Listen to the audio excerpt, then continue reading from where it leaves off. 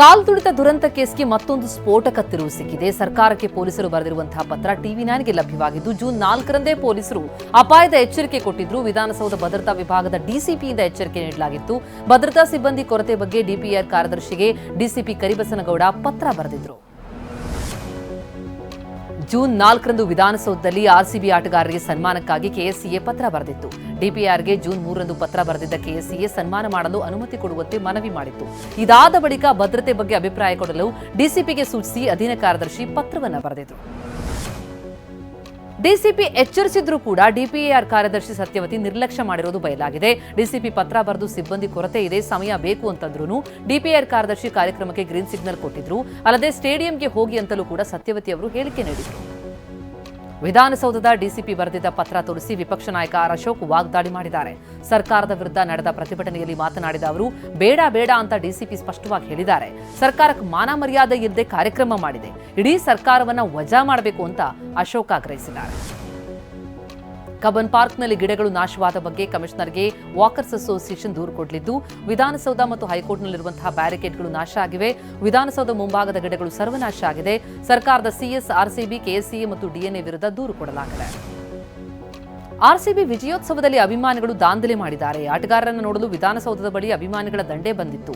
ಈ ವೇಳೆ ಜನರ ಕಾಲ್ತುಳಿತದಿಂದ ಕಬ್ಬನ್ ಪಾರ್ಕ್ನಲ್ಲಿ ನೆಲಮಟ್ಟದ ಗಿಡಗಳು ನೆಲಸಮ ಆಗಿದೆ ಅಂತ ವಾಕರ್ಸ್ ಅಸೋಸಿಯೇಷನ್ ದೂರು ಕೊಡೋದಕ್ಕೆ ಮುಂದಾಗಿದೆ.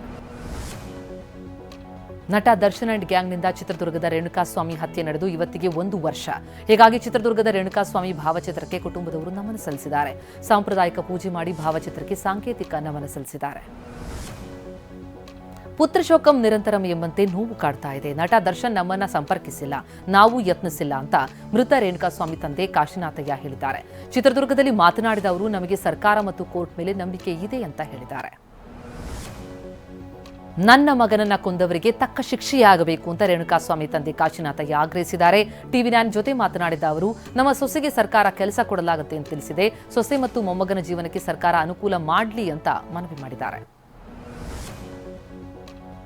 ಮೊಬೈಲ್ನಲ್ಲಿ ಮಾತನಾಡ್ತಾ ವಾಹನ ಚಾಲನೆ ಪ್ರಶ್ನಿಸಿದ ಪೊಲೀಸ್ಗೆ ಸವಾರ ಕೃಷ್ಣಪ್ಪ ಆವಾಜ್ ಹಾಕಿದ್ದಾರೆ. ಅಲ್ಲದೆ ನೀರು ನೆರಳಿಲ್ಲದ ಜಾಗಕ್ಕೆ ಎತ್ತಂಗಡಿ ಮಾಡಿಸ್ತೀನಿ ಅಂತಲೂ ದರ್ಪ ಮೆರೆತಿದ್ದ ಕೃಷ್ಣಪ್ಪನನ್ನ ವಶಕ್ಕೆ ಪಡೆದ ಪೊಲೀಸರು ಡ್ರಿಲ್ ಮಾಡಿದ್ದಾರೆ. ದಂಡ ಹಾಕ್ತಿದ್ದಂತೆ ಪೊಲೀಸರ ಬಳಿ ಕೃಷ್ಣಪ್ಪ ಕ್ಷಮೆ ಕೇಳಿದ್ದಾನೆ. ರಾಮನಗರದಲ್ಲಿ ಅನ್ಯ ಸಮುದಾಯದ ಯುವಕರಿಂದ ನೈತಿಕ ಪೊಲೀಸ್ಗಿರಿ ಆರೋಪ ಕೇಳಿಬಂದಿದೆ. ಯುವಕನ ಜೊತೆ ಅನ್ಯ ಸಮುದಾಯದ ಯುವತಿ ಬೈಕ್ನಲ್ಲಿ ಹೋಗ್ತಾ ಇದ್ಲು. ಬೈಕ್ ಅಡ್ಡಗಟ್ಟಿದ ಯುವಕರು ನೀವು ಯಾರು, ಎಲ್ಲಿಂದ ಬಂದಿದ್ದೀರಿ ಅಂತ ಪ್ರಶ್ನೆ ಮಾಡಿದ್ದಾರೆ. ಆ ವಿಡಿಯೋ ವೈರಲ್ ಆಗ್ತಾ ಇದೆ. ರಾಮನಗರ ಪೊಲೀಸರು ಓರ್ವನನ್ನ ಕರೆತಂದು ವಿಚಾರಣೆ ನಡೆಸಿದ್ದಾರೆ. ಕೋಲಾರದಲ್ಲಿ ಜನರ ನಿದ್ದೆಗೆಡಿಸಿದ ಸರಗಳ್ಳರನ್ನ ನಗರ ಠಾಣೆ ಪೊಲೀಸರು ಬಂಧಿಸಿದ್ದಾರೆ. ಮಂಡ್ಯ ಮೂಲದ ಶಶಿಧರ್, ಕೋಲಾರ ಮೂಲದ ಹರ್ಷಿತ್, ಚಾಮರಾಜನಗರ ಮೂಲದ ಸೂರ್ಯಪ್ರಕಾಶ್ನನ್ನು ಬಂಧಿಸಲಾಗಿದೆ. ಬಂಧಿತರ ಬಳಿಯಿದ್ದ 9 ಲಕ್ಷ ಮೂಲದ ಚಿನ್ನಾಭರಣ, 2 ಬೈಕ್ಗಳನ್ನು ಜಪ್ತಿ ಮಾಡಲಾಗಿದೆ. ದೊಡ್ಡಬಳ್ಳಾಪುರದಲ್ಲಿ ರಾತ್ರಿ ವೇಳೆ ರೈತರ ಶೆಡ್ಗಳಿಗೆ ಕನ್ನ ಹಾಕ್ತಾ ಇದ್ದ ಖದೀಮರನ್ನ ಬಂಧಿಸಲಾಗಿದೆ. ಉತ್ತರ ಕರ್ನಾಟಕ ಮೂಲದ ಅಂಬರೀಶ್, ಶೇಖರಪ್ಪ, ಯಲ್ಲಪ್ಪ ಎಂಬುವರನ್ನ ಬಂಧಿಸಲಾಗಿದೆ. ಬಂಧಿತರು ರಾತ್ರಿ ಹೊತ್ತು ಶೆಡ್ಗೆ ನುಗ್ಗಿ ಬೊಲೆರೋ ಗೂಡ್ಸ್ ವಾಹನದಲ್ಲಿ ಕುರಿ ಮತ್ತು ಹಂದಿಗಳನ್ನ ಕಳ್ಳತನ ಮಾಡ್ತಾ ಇದ್ರು. ಕಳ್ಳರ ಕೈಚಳಕ ಸಿಸಿ ಕ್ಯಾಮೆರಾದಲ್ಲಿ ಸೆರೆಯಾಗಿದೆ. ಬರ್ತ್ಡೇ ಬ್ಯಾನರ್ ತೆರವು ವಿಚಾರಕ್ಕೆ ಗಲಾಟೆ ಹಾವೇರಿಯಲ್ಲಿ ಕೋಲಾಹಲವನ್ನು ಸೃಷ್ಟಿಸಿದೆ. ಪ್ರಕರಣದ ಪ್ರಮುಖ ಆರೋಪಿ ಅಕ್ಷತಾ ಬಂಧನಕ್ಕೆ ಆಗ್ರಹಿಸಿ ನಗರಸಭೆ ಪೌರ ಕಾರ್ಮಿಕರು ಪ್ರತಿಭಟನೆ ನಡೆಸಿದ್ರು. ಪೌರ ಕಾರ್ಮಿಕ ರಾಜು ದೊಡ್ಡಮನಿ ಮೇಲೆ ಹಲ್ಲೆಗೆ ಕಾರಣರಾದವರನ್ನ ಬಂಧಿಸಬೇಕು ಅಂತ ಆಗ್ರಹಿಸಿದ್ದಾರೆ.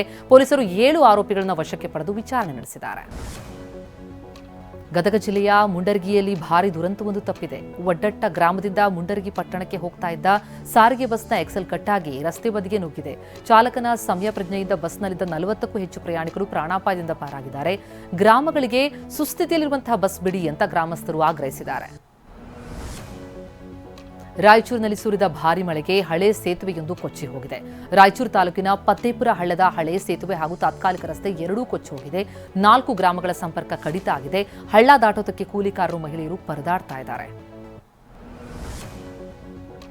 3 ವರ್ಷಗಳಿಂದ ಜಿಎಸ್ಟಿ ಸಲ್ಲಿಸದವರಿಗೆ ಕೇಂದ್ರ ಸರ್ಕಾರ ಗಡುವು ಕೊಟ್ಟಿದೆ.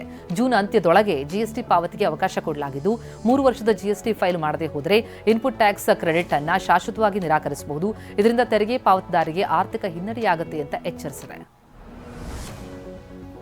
ದೆಹಲಿಯಲ್ಲಿರುವಂತಹ ಮದ್ರಾಸಿ ಕ್ಯಾಂಪ್ ಅನ್ನು ಧ್ವಂಸಗೊಳಿಸಲಾಗಿದೆ. ಬರಾಪುಲ್ಲಾ ಚರಂಡಿ ಮೇಲೆ ನಿರ್ಮಿಸಲಾದ 370 ಕೊಳಗೇರಿ ಮನೆಗಳನ್ನು ಕೆಡವುವಂತೆ ದೆಹಲಿ ಹೈಕೋರ್ಟ್ ಆದೇಶದ ಬಳಿಕ ಕಟ್ಟಡಗಳನ್ನು ತೆರವುಗೊಳಿಸಲಾಗಿದೆ. ಇದನ್ನು ಖಂಡಿಸಿ ಕೊಳಗೇರಿಯ ತಮಿಳರು ಆಕ್ರೋಶ ವ್ಯಕ್ತಪಡಿಸಿದ್ರು.